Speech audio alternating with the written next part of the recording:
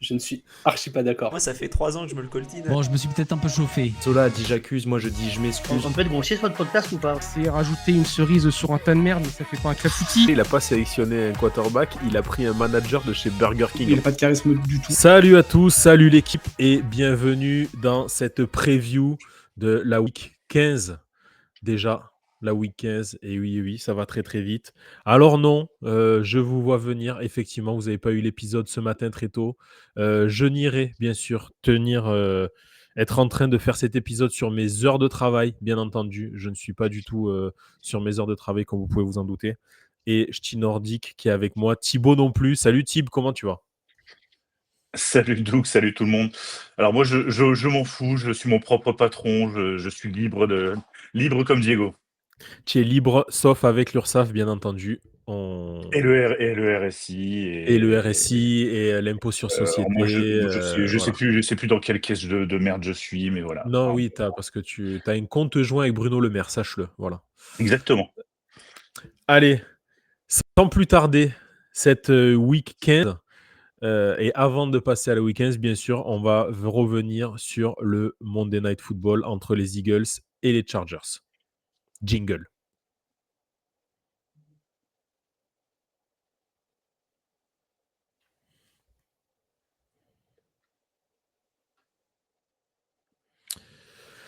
Ce Monday Night Football, du coup, entre les Eagles et les Chargers, quand même déjà, on a eu de la chance, on a eu une belle affiche. On a eu une belle affiche, deux grosses équipes, de l'enjeu. J'ai joué vraiment petit bras parce que j'avais mis les Chargers sur le sleeper. Je me suis dit, nanana, t'as déjà pas fait beaucoup de points cette semaine. On va partir on va assurer le coup. Et non. Et voilà. Et un match qui finit en overtime. Qu'est-ce que t'en as pensé, Thibaut? Bah, écoute, comme toi, j'ai eu une semaine difficile sur le pick-em et pareil, je me suis dit ouais non les Eagles quand même. Et ben les Eagles, ça va pas fort. Les Eagles, ça perd à nouveau. C'est une prestation très brouillon, beaucoup de pertes de balles. On a l'impression que cette Ouais. équipe, en fait, elle est à la dérive et elle risque de faire le back-to-back de cette division pour la première fois depuis 20 ans, mais j'ai envie de dire presque par défaut. Presque par défaut, parce qu'on voit quand même la division. L'année, on avait cette équipe des Commanders qui surperformait. Là, c'est pas le cas. On a les Giants qui remontent un petit peu, mais qui restent quand même pas au niveau. Les Cowboys qui ont un petit peu déçu, comme chaque année. Donc, effectivement, ils vont faire le back-to-back sur la div. Mais bon, voilà, on va quand même s'attarder 2 secondes quand même sur la prestation de Jalen Hurts. Jalen Hurts, 21 sur 40, surtout 4 interceptions, 0 touchdown. C'est une prestation qui est très, très, très compliquée, hein. Très compliquée. Bah, c'est catastrophique. C'est voilà, faut à un moment donné, Jalen Hurts ne va pas bien, les Eagles ne vont pas bien. On se rend compte que le jeu, offensivement, c'est de la bouillie, c'est whiskas le truc. Il y a rien qui va, en fait, on a l'impression qu'ils arrivent à trouver plus A.J. Brown dans le jeu, mais ils perdent tout le restant. Ça, c'est vrai.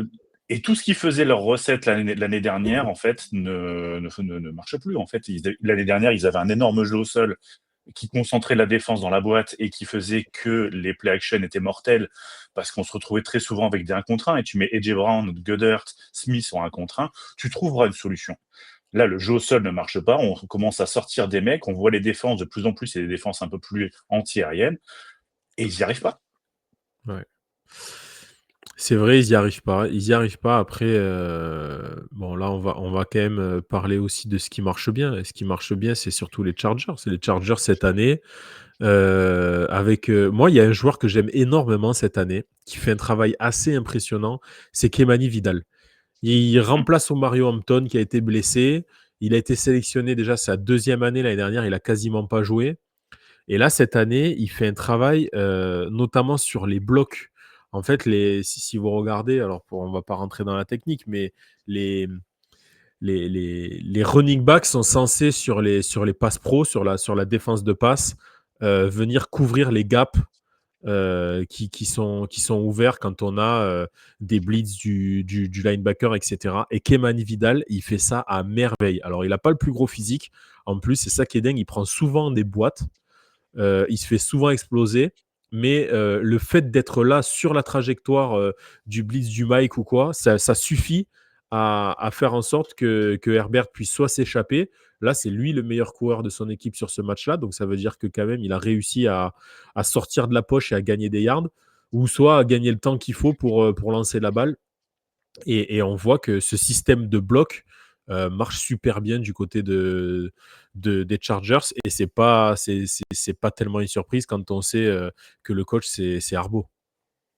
Ah, mais complètement. Après, le joueur se sacrifie, Kimani Vidal se sacrifie dans le sens où Ouais. il sait qu'il va perdre, mais il fait gagner la seconde qui permet à Herbert de trouver sa cible ou de s'échapper.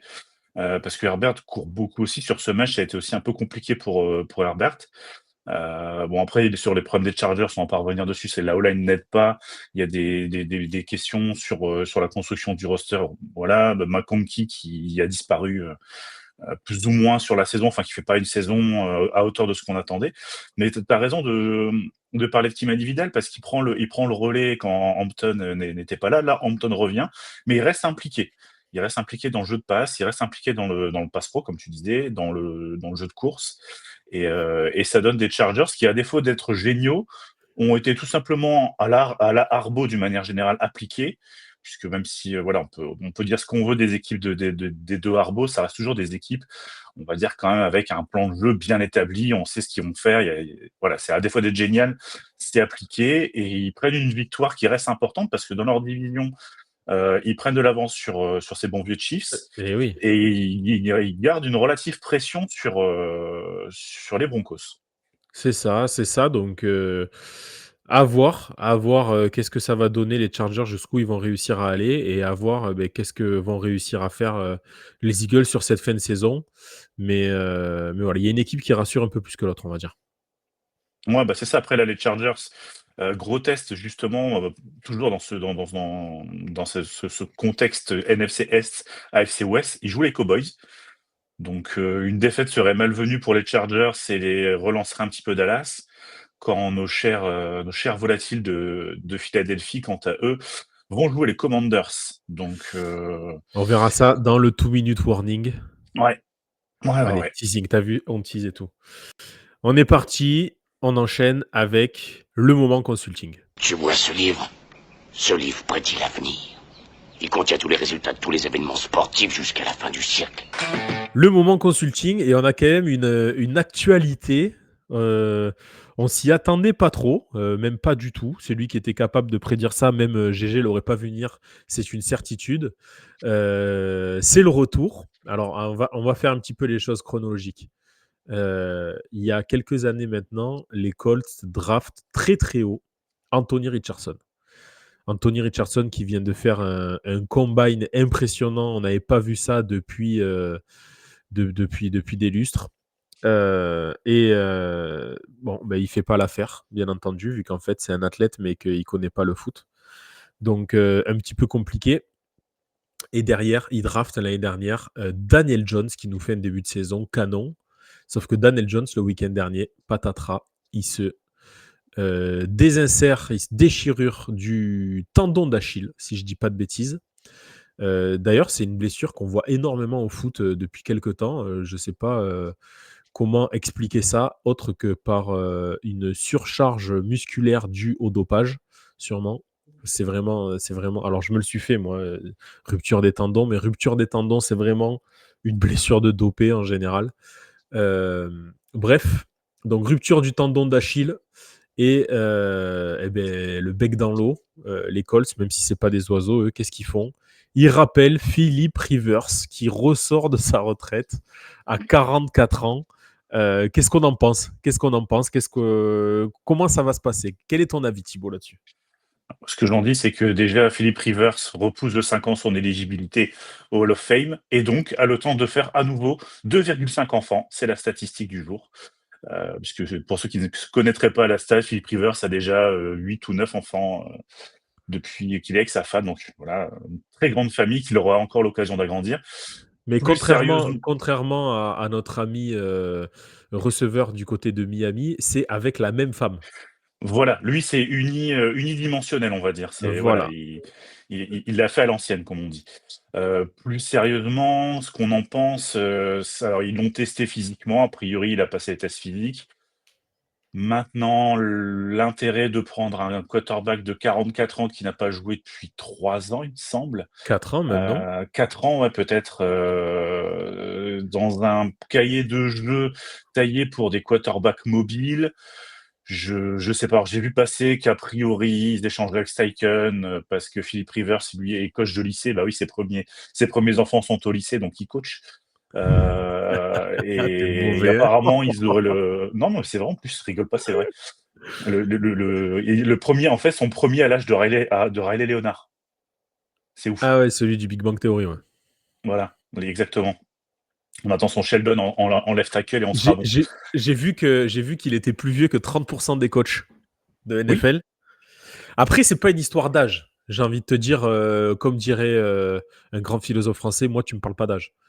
oui. Euh, c'est pas vraiment une histoire d'âge, c'est une histoire d'un mec, il est à la retraite et il revient, il dit bon, allez, écoute, je me fais chier le dimanche, ma chérie, je retourne Bah, sur les terrains. ouais, après, moi, je sais pas ce que ça va donner. Après, c'est Philip Rivers, on connaît le joueur, ça a été un grand quarterback de la ligue. Voilà, sans être dans les tout meilleurs, c'est quand même quelqu'un qui pose ses statistiques, qui a tenu les Chargers à bout de bras, qui a fait des saisons fantastiques. Maintenant, après autant de temps sans prendre de coups, comment son corps à 44 ans va réagir C'est quand il va se ça, prendre un autobus lancé? Je sais pas. c'est surtout Euh, ça. et c'est ce qui m'inquiète, plus que la blague, plus que plein de choses. Et effectivement, tu as totalement raison. 44 ans, on va dire un Joe Flacco, ça m'inquiète moins de voir un Joe Flacco sur un terrain qui n'a jamais arrêté qu'un Philip Rivers. Parce qu'encore une fois, on parle quand même de la NFL, on parle quand même d'autobus, on parle quand même, comme tu le disais, de joueurs. On retiendra musculairement très bien développés et qui ont des capacités de régénération au-dessus de l'entendement humain, hein. Quand on voit des fractures de l'avant-bras qui se réparent en 3 semaines, je sais pas comment ils font. Placenta de cheval peut-être pour les recettes de grand-mère, mais voilà, moi je me dis plus, est-ce que ça va pas être très compliqué pour lui? Est-ce qu'il va pas faire un petit tour et puis il va s'en aller? Je regardais un petit peu les QB backup dans la ligue. Je pense qu'il y a peut-être autre chose à faire. Est-ce qu'il a D'aller pas plus à perdre qu'à gagner? je pense. C'est ça Bah, surtout. déjà la vie. Il a la vie à perdre. Parce Je que pense pas qu'ils perdent la vie quand même. Il y a pas une mauvaise ligne du côté des Colts, mais c'est surtout qu'effectivement, en fait, les chocs, heu, là, moi, bon, je joue à petit niveau, mais déjà, je trouve que ça tape fort. Je trouve que les chocs au football américain à petit niveau sont plus impressionnants qu'à haut niveau au rugby. Tu vois ce que je veux dire? oui, oui. Oui, C'est parce pas la que même, déjà, c'est pas la même manière d'apprendre le contact. On va dire que le il y a rugby, pas tu vas d'évitement. avoir, voilà, le rugby, tu vas quand même avoir déjà, tu as cette notion d'entourer. Et déjà, ça élimine beaucoup c'est pas, de toute façon, encore qu'au rugby à haut niveau, on voit de plus en plus les mecs juste mettre l'épaule pour faire tomber les mecs en rasant la pelouse. Mais on va dire qu'il y a quand même cette technicité dans le plaquage qui n'est pas la même. Les Américains arrivent comme des boulets de canon, l'épaule en Ouais, avant, et ils s'en fichent d'entourer le mec. Ce qu'ils et ils veulent, tapent. c'est lui mettre une boîte. Maintenant, encore une fois, comme tu disais, comment son corps va réagir, comment le plan de jeu va être adapté, comment toute l'attaque va être réorganisée, parce que, encore une fois, on parle d'un jeu basé sur de la mobilité de quarterback, à un jeu d'un pocket passeur pur, parce que j'ai pas souvenir que Philip Oui. Rivers faisait des envolées lyriques en sortant de la poche. Encore moins 44 ans, je pense pas qu'il va changer de jeu. Donc, tout ce que j'espère, c'est que ça se passera bien pour lui, que ça se passera relativement bien pour les Colts, qui ont quand même perdu gros sur ça, parce que, comme tu disais, ils ont drafté un pur athlète. Alors, de mémoire, c'était le meilleur score athlétique ever. Je crois que c'était le meilleur athlète qui s'était jamais présenté au combine. J'avais une stat comme ça, ou le deuxième, et c'était Je vraiment un sais pas si c'était monstre. pas ton ami, l'ancien quarterback des Carolina Panthers, qui avait fait mieux. Cam Newton. Et je sais, ouais, je sais où est-ce qu'il a battu le record. Enfin, ça pose quand même, voilà, ça pose quand même le niveau physique du mec. Mais comme tu l'as dit, l'autre stat qui tuait, c'était qu'il avait joué autant de snaps à la fac que un quarterback rookie la saison d'avant. Je sais plus lequel c'était, mais il avait joué moins de Mais snaps à oui, la fac que le mec mais sur une parce qu'il y saison. avait, c'était la Covid et c'était pendant la saison Covid et il était aux Gators et effectivement, ça avait pas joué Mm. donc Donc c'est là où c'était un pari, bon, un pari visiblement perdant. Il récupère Daniel Jones, dont on n'attendait pas grand-chose, qui finalement fait le boulot. mmh mh. Et aujourd'hui, il se retrouve avec un Daniel Jones avec un bon 2 tiers de saison. mais qui commençait un petit peu à montrer des signes de rechute, dirons-nous. Et il se retrouve donc avec Philippe Rivers. Je sais pas. Son retour, bon, alors la question qui était posée, c'était est-ce qu'on se fout de notre gueule? Non, on se fout pas de notre gueule. Je pense que si l'on fait passer les tests, c'est qu'il est en capacité, en tout cas, d'assumer. Je pense que Oui. dans la tête, ces mecs sont des ordinateurs. Donc, il arrivera à trouver sur un plan de match simple, ils arriveront à trouver des solutions. Il Oui. arrivera à trouver des passes. Sa mécanique de passe, de toute façon, elle était déjà très particulière. Elle le restera et je pense pas que ça, il l'ait perdu. Avoir peut-être la puissance sur le lancer, parce qu'encore une fois, on dit toujours que les quarterbacks perdent fort en puissance de lancer.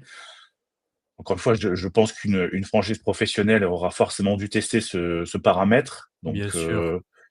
j'attends de voir, mais effectivement, je pense que les premiers chocs seront comme tu le dis, il a une bonne ligne, donc ce sera pas non plus les portes de saloon, mais il s'en prendra quand même. Il se prendra des pressions, il se prendra peut-être 1 ou 2 sacs. Donc, il faudra voir comment ça se passait et comment ça se passait pour nos chers Colts.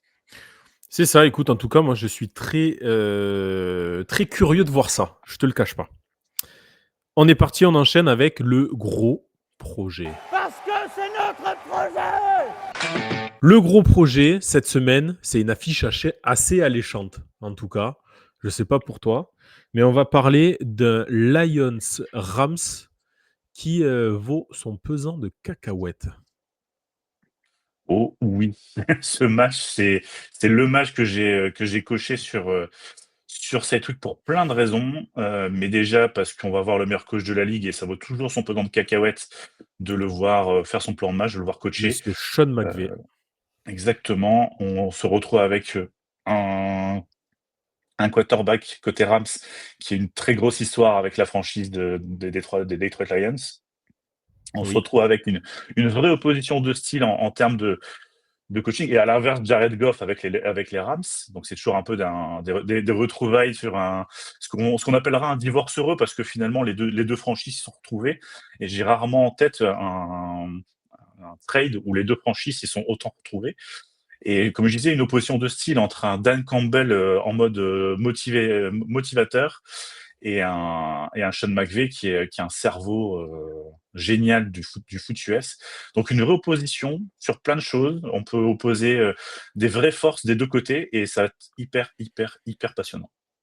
Ça va être hyper passionnant. Par contre, juste pour terminer sur le meilleur coach de la ligue, je ne comprends pas qu'on s'emmerde à donner Coach of the Year à quelqu'un d'autre que Sean McVay depuis 10 ans presque. On essaie on essaie d'en chercher des nouveaux, mais franchement, il le mériterait chaque année à tel point qu'il arrive tout le temps à tirer le meilleur de ses effectifs et à faire des miracles avec des mecs en permanence. Et là, c'est vrai, quand on prend l'opposition, tu l'as dit déjà, Goff Stafford, du coup, qui ont fait chemin croisé il y a quelques années maintenant, et Gibbs Williams, quand même, au niveau des rushing yards, ça se joue à même pas 100 yards sur la saison, hein. Bon, Gibbs a beaucoup plus de touchdowns, on est d'accord, on a fait son éloge sur le rewind de début de semaine. Derrière, Saint Brown Nakua, on va aussi avoir Addison, non, c'est pas Addison, merde. Adams, face aussi au receveur 2 des Lions. Williams. Jameson Williams. Ouais, il y a quand même une opposition là, une opposition entre Jared Verse et Hutchinson. Voilà, je sais pas s'ils jouent les deux par contre. De mémoire, oui. J'ai pas vu. Hutchinson, c'est sûr. J'ai rien vu sur Ouais, Verse. non, les deux jouent. C'est Anzalone c'est qui est Fiski, questionable, ouais. c'est Fiski, le defensive tackle de Florida State qui est out de mémoire. Est-ce qu'on va avoir le retour sur le terrain? Je sais pas s'il a joué la semaine dernière, j'ai pas fait gaffe, mais il me semble que du côté des Lions, ils ont leur centre qui est revenu, pareil de sa retraite. Non, il a pas été. Il a pas passé le test physique, justement. Ah, il a pas passé le test physique? Ah, c'est Ouais. un peu chiant, ça. Ouais. Ils l'ont. C'est un En peu fait, chiant. Il a un petit peu trop abusé des barbecues depuis sa retraite, je pense. ouais, apparemment, ouais, la merguez est bonne du côté de Détroit, donc.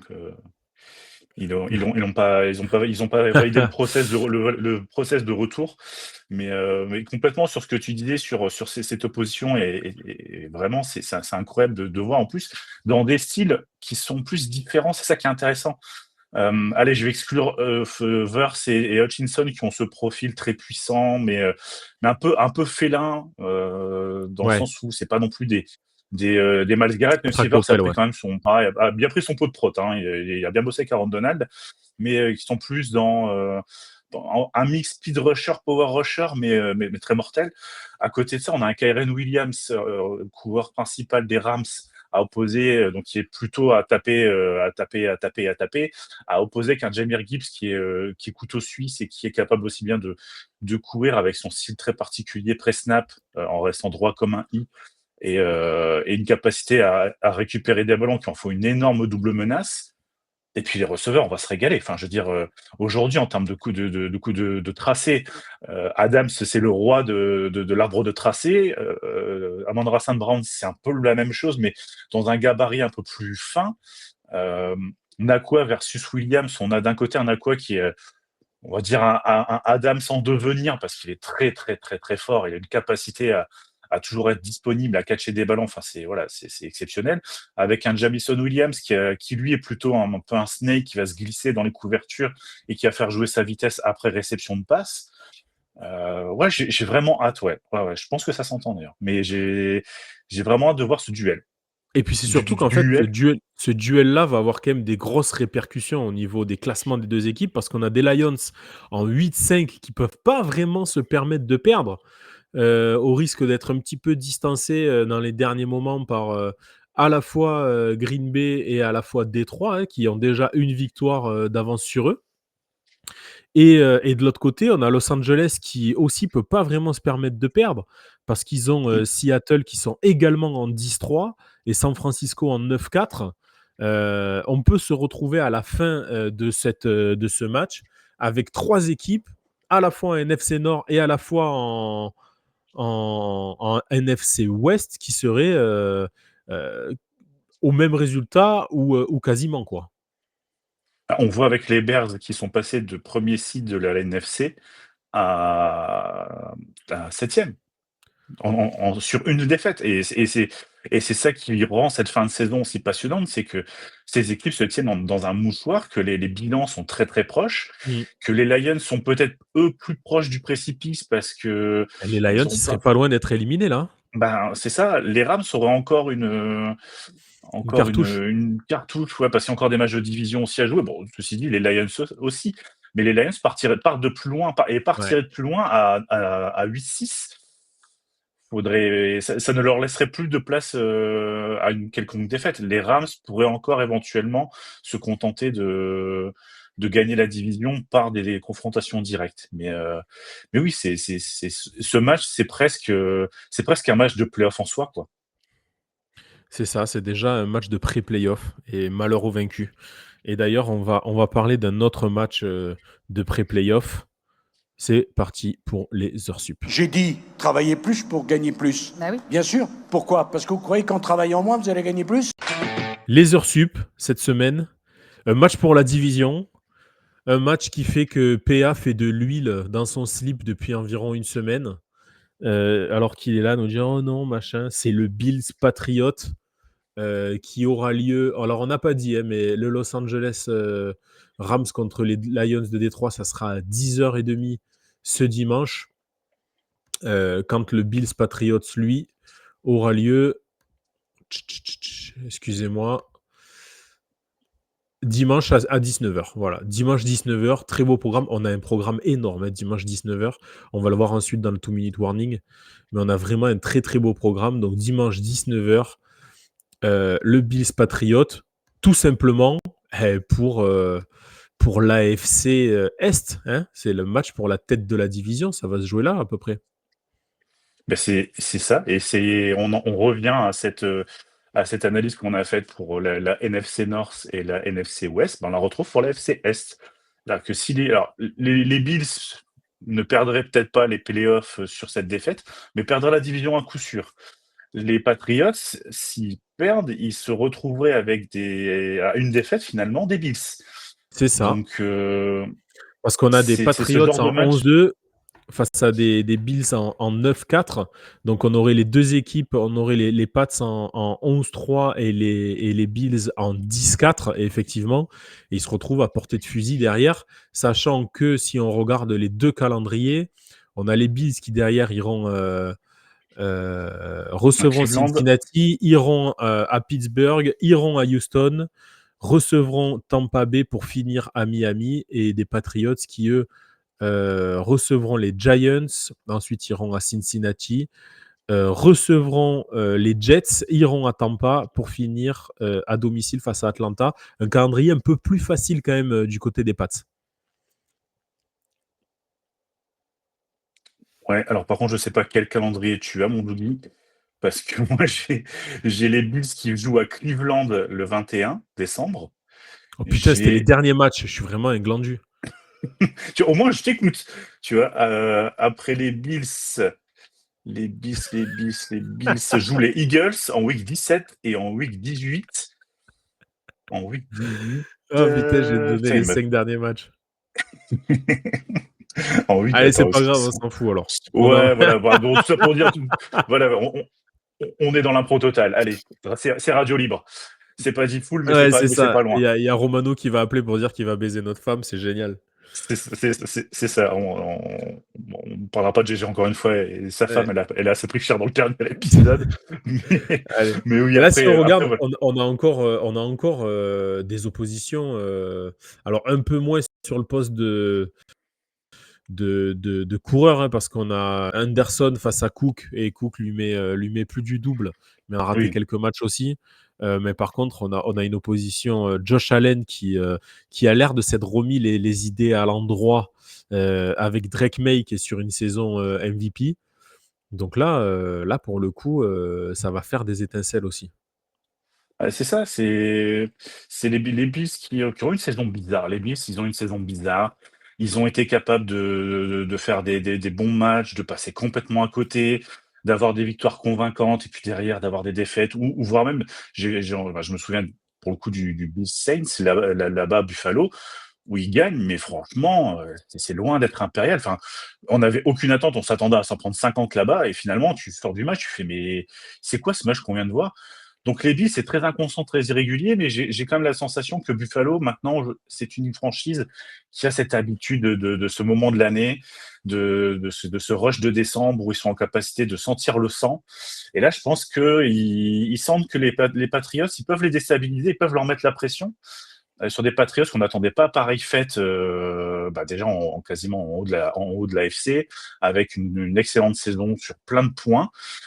Mais est-ce qu'ils auront la capacité de tenir mentalement si les Bills les battent et de garder la tête de la division? Ça va être intéressant. Ouais, surtout que c'est une équipe qui est assez jeune, ou en tout cas, on a des playmakers qui sont très jeunes, à part Stephon Diggs. Et l'expérience, eh ben, malheureusement, ça s'achète pas trop. Donc effectivement, les momentum, que Mm. ça soit au cours d'un match ou au cours d'une saison, c'est hyper important, hein, c'est hyper important, et on voit que l'équipe qui va gagner ce match-là risque d'avoir le momentum sur la dernière ligne droite. Et en fait, tout se joue là, hein, ça sert à rien voilà, si tu fais une saison Allez. énorme pour t'écrouler les 2 derniers matchs et perdre directement ton premier match de play-off, on retiendra que tu es une saucisse, quoi.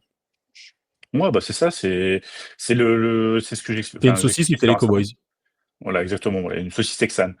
Mais c'est en fait, c'est parfois le problème de certaines équipes qui surperforment encore une fois sur la saison et qui s'arrête très vite. Je pense aux Vikings il y a quelques saisons, qui avaient fait une saison très, très forte en bilan, mais quand on regardait le contenu des matchs, c'était toujours un petit peu délicat, et qui sortent au premier match. Alors les Patriots ont eu un bon calendrier qui leur a permis d'engranger de la confiance, de construire, de peut-être être en avance sur leur plan de match. Mais comme tu dis, l'expérience ne s'achète pas. Et là, justement, ça va être pour eux un premier chapitre de cette nouvelle histoire, du chapitre Vrabel, qui est le seul finalement qui a cette expérience, mais il peut Mmh. pas la transmettre à ses joueurs. Non. Il peut les préparer du mieux possible. C'est ces joueurs qui réagiront d'une manière ou d'une autre. Donc encore une fois, un match très très très intéressant à suivre, comme tu disais, pour plein de raisons.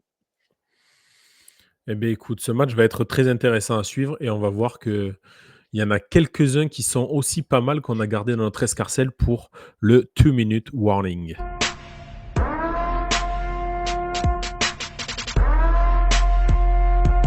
Le 2-minute warning, cette semaine, allez, on se garde le match de demain soir, enfin de ce soir, Oui. et on va faire les autres. On va se garder le match de cette nuit. Baltimore, Cincinnati. Dernière chance pour les Ravens de. Ah non, là c'est d'espérer juste on quelque dit, chose. là le 2-minute warning, c'est juste on dit juste pour qui on donne. Baltimore. Ouais. Baltimore pour toi, et moi je vais partir sur Cincinnati. Jets, Jaguars. Jaguars. Chargers, Kansas City Chiefs. Ah, ça sent la poudre aussi. Chargers. Moi, je vais mettre Kansas City. Arizona, Houston. Cleveland, Bears. Bears. Je vais partir sur les Bears aussi. Washington, Giants. Washington. Oh là là, ce match de l'angoisse. Allez. Washington également. Philadelphia contre Las Vegas. Philadelphia. Oui. Sérieux. Là, pour une fois, on est d'accord. Les Colts chez les Seahawks. Les Seahawks.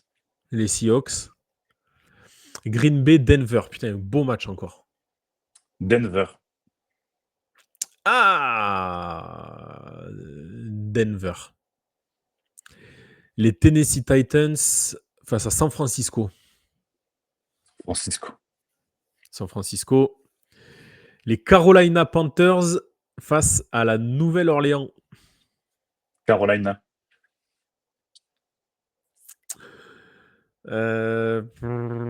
Allez, on va dire que vous faites la passe de 2. New Orleans. Les Lions face aux Rams. Les Rams.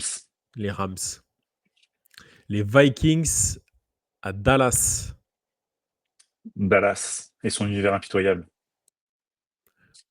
Dallas également. Et Miami à Pittsburgh. Pittsburgh aussi. Allez, il nous reste un match qu'on s'est gardé sous le coude. C'est parti pour l'overtime. Oui, mais dépêchons-nous, je n'ai que quelques heures. L'overtime, il me fait mal au cucu cette semaine. Il me fait mal au cucu parce que ça concerne mes Bucks. En prime face à une terrible équipe des Falcons. Et vous savez quoi ? Le gros problème, c'est que la dynamique des Bucks, même si c'est au Raymond James Stadium, on joue. Et en fait, il y a tout qui va pour nous. On est à domicile face à des Falcons qui ne valent pas une pichée de cidre, sauf qu'on joue avec nos maillots rétro. Il y a tout pour choc. J'avoue, là, tu m'as fait la liste complète. Tomate, salade, oignon. Ah, il y a tout pour choc. C'est ça. Il n'y a pas le retour de Mike Evans aussi? Il n'est pas sorti? Si, il y a un retour de Mike Evans, il y a un retour de Macmillan. Non, il y a tout. Il y a tout pour faire le deuxième choc de merde. Match de division, des momentum qui n'existent pas. Ouais, comme tu dis, à domicile avec ouais, c'est chaud. Après moi, Tampa, je comprends pas l'explosion qu'il y a eu sur la. Enfin, si j'entends dans le sens où il y a quand même eu des blessures, etc. Mais je suis d'accord avec toi que Todd Bowles, ouais, faut qu'il s'en rachète une paire, quoi, parce que. Il n'y a pas d'entrain. Ouais, en fait, j'ai l'impression c'est un géo du club Med, tu sais, il est là, allez, on fait le jeu apéro. Bon, bah c'est le deuxième carton, allez, on fait ce jeu là. Non, les gars. Ouais, c'est ça. C'est un Géo Club Med, mais tristoun. Tu sais, en fait, Ouais. c'est pas un Géo Club Med, c'est un Géo. Il travaille EHPAD. au Seigneurial. Ouais, voilà, tu sais, il est au Seigneurial. Et là, il dit Ouais, c'est ça. allez, cet après-midi, on va faire un bingo. Allez, on Tu oublie vois? qu'on s'est chié dessus. Allez, on y va. Allez, mamie, va changer ta couche et on est parti, on va faire un bingo. Non, c'est vraiment Ah non, mais c'est insupportable. non, Donc mais là, les c'est momentum, ça. effectivement, n'existent plus. Et on se retrouve avec ce match-là qui pue le piège. Il pue le piège, c'est une horreur. Et en plus, on dit toujours que les matchs de division ont ce côté imprévisible, ont ce côté, il y a pas de logique parce que des fois, tu as des équipes qui arrivent en pleine bourre, qui arrivent plein badin et un malentendu de faux témoins et bim, ça perd et tu sais pas pourquoi. Enfin, en plus, la NFC Sud cette saison, c'est n'importe quoi. Et toutes les équipes se jouent, tu te dis: «Ouais, là, des moments moi, je pensais qu'on allait se faire éclater par vous, à domicile». Finalement, on gagne. Je pensais qu'on allait, battre les Falcons, on perd les Falcons. Je pensais qu'on avait pas. Enfin non, c'est tu ne sais jamais dire dans cette division, tu sais jamais dire. Et à un moment donné, je vois Baker Mayfield, comme tu disais. Est-ce que lui aussi, à un moment donné, il va pas, et a raison, avoir un coup de moins bien, parce qu'il c'est vrai qu'il a donné énormément. Alors Ouais, Baker Mayfield, on aime ou on n'aime pas, mais je dis toujours, c'est ce genre de joueur quand tu l'as dans ton équipe, c'est tu un content. leader, c'est un mec qui t'emmène. Mais il a besoin d'un coordinateur offensif qui lui donne un peu d'autres choses à faire. Il a besoin d'un head coach qui fait autre chose. En face, les Falcons, de toute façon, on peut dire ce qu'on veut, c'est l'équipe, on ne comprendra jamais ce qu'ils font. Ils draftent des mecs, on ne sait pas pourquoi, ils prennent des free agents, ils les surpayent pour prendre après des mecs en doublon à la draft. Enfin, c'est l'équipe illisible par excellence qui prend des playmakers à des postes inattendus. Et tu te dis après, bah si, l'effectif, tu le regardes, fait si, il y a quand même de quoi faire. Mais ça marche jamais. Sauf, bah, comme tu dis, sauf de temps en temps, ils vont venir et puis ils vont être, entre guillemets, à la hauteur enfin, je vais dire de leurs attentes, mais bon, les Falcons, enfin, c'est une équipe qui est impronosticable. C'est impronosticable et on ne sait pas non plus. On avait Michael Penix Jr., je crois, qui sort d'hier, si j'ai bien compris. C'est Mais rien que ça, est-ce qu'il vaut mieux pas avoir Kirk Cousins en prime? Tu vois? Et voilà. Et ah le bah, problème, c'est que tu as cette division où tu es en 7-6. C'est vraiment la division des éclopés, quoi. On est en 7-6, Carolina aussi. Ils ont un match-up qui peut paraître plus abordable du coup, mais j'ai l'impression que de votre côté, les Saints, vous êtes un peu mieux que ce que peut être Atlanta, mais en même temps, vous avez un moins bon bilan. Enfin bref, c'est illisible. C'est le match non, piège par excellence. on est Et à une victoire des Falcons, hein, c'est ça qui est ouf. c'est ça. Et là, vraiment, je me dis, si je reste debout pour ce match-là et que tu perds, il y a vraiment moyen derrière que là, ma femme, elle se lève le matin, le café, il est froid ou quoi, j'y fous un suplex. Vraiment, tu vois, faut pas. J'y mets un suplex par-dessus la troisième corde et vraiment, là, il y a moyen de péter un plomb. Donc, je sais même pas si je vais pas me dire, allez, je me le regarde le matin, tu vois. En dehors de mes heures de travail, encore une fois, bien entendu. Ouais, on n'oubliera pas que c'est important de respecter ses heures de travail et de ne pas regarder les matchs pendant ses heures de travail de télétravail. Voilà. On ne le dira D'ailleurs, jamais assez. coucou PA. Ah, hop, ça part à la RH. Mais non, non, mais après, encore une fois, les Falcons sont en 4-9. Si on... et les Falcons, pour dire aussi le niveau de gestion qui est le leur, ont leur premier tour qui est chez les Rams.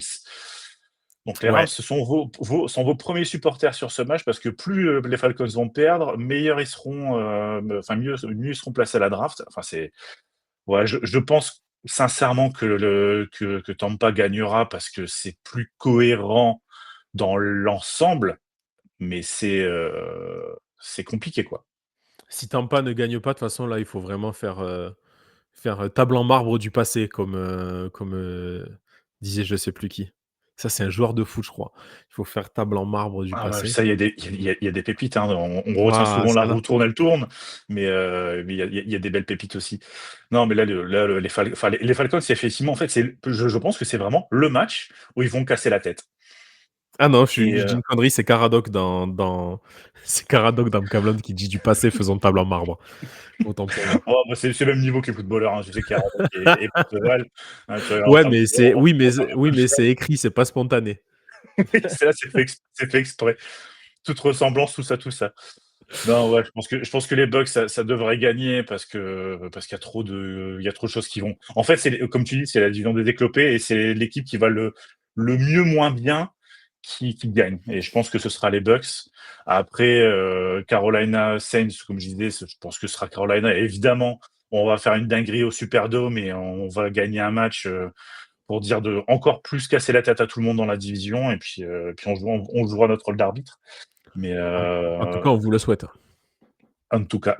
Mais pour ce match, pour ce Thursday Night, pourtant, moi, je trouve qu'il est quand même intéressant et alléchant parce que, justement, moi, j'ai envie de voir, est-ce que les Bucks vont réagir et donc, est-ce que Todd Mini-Balls arrivera à redonner une dynamique à son équipe? Parce que c'est aussi ce qu'il faut voir.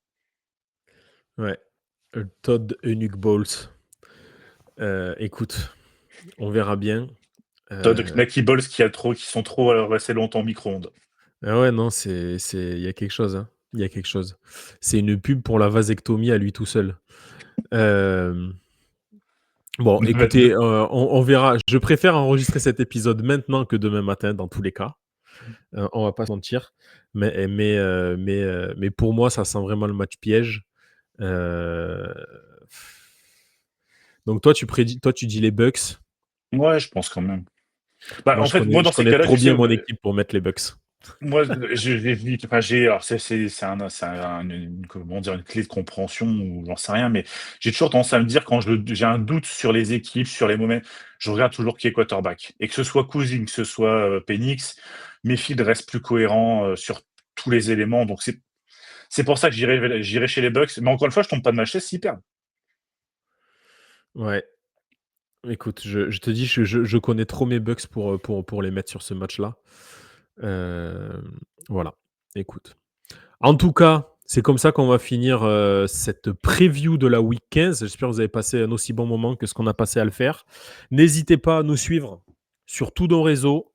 Je ne vais pas tous les énumérer. Facebook, Instagram, etc. Il y a Twitter, Twitch, voilà, OnlyFans, mais c'est un compte privé de GG, ouais, tout à fait. Et ses pieds. Voilà, et surtout n'hésitez pas encore une fois à venir rejoindre le Discord. D'ailleurs, venez sur le Discord, ça va commencer à organiser la soirée au Nikita Bellucci's pour le Super Bowl. Donc c'est sur le Discord que ça se passe. C'est notre ami Franz qu'on embrasse qui va nous envoyer toutes les infos bientôt avec le petit lien pour pouvoir s'inscrire, et ça nous ferait vraiment plaisir de tous vous retrouver sur Paris pour ce très bel événement dans lequel il n'y aura probablement pas les Chiefs cette année. Thibaut, je te remercie. Avec plaisir, mon Dougie.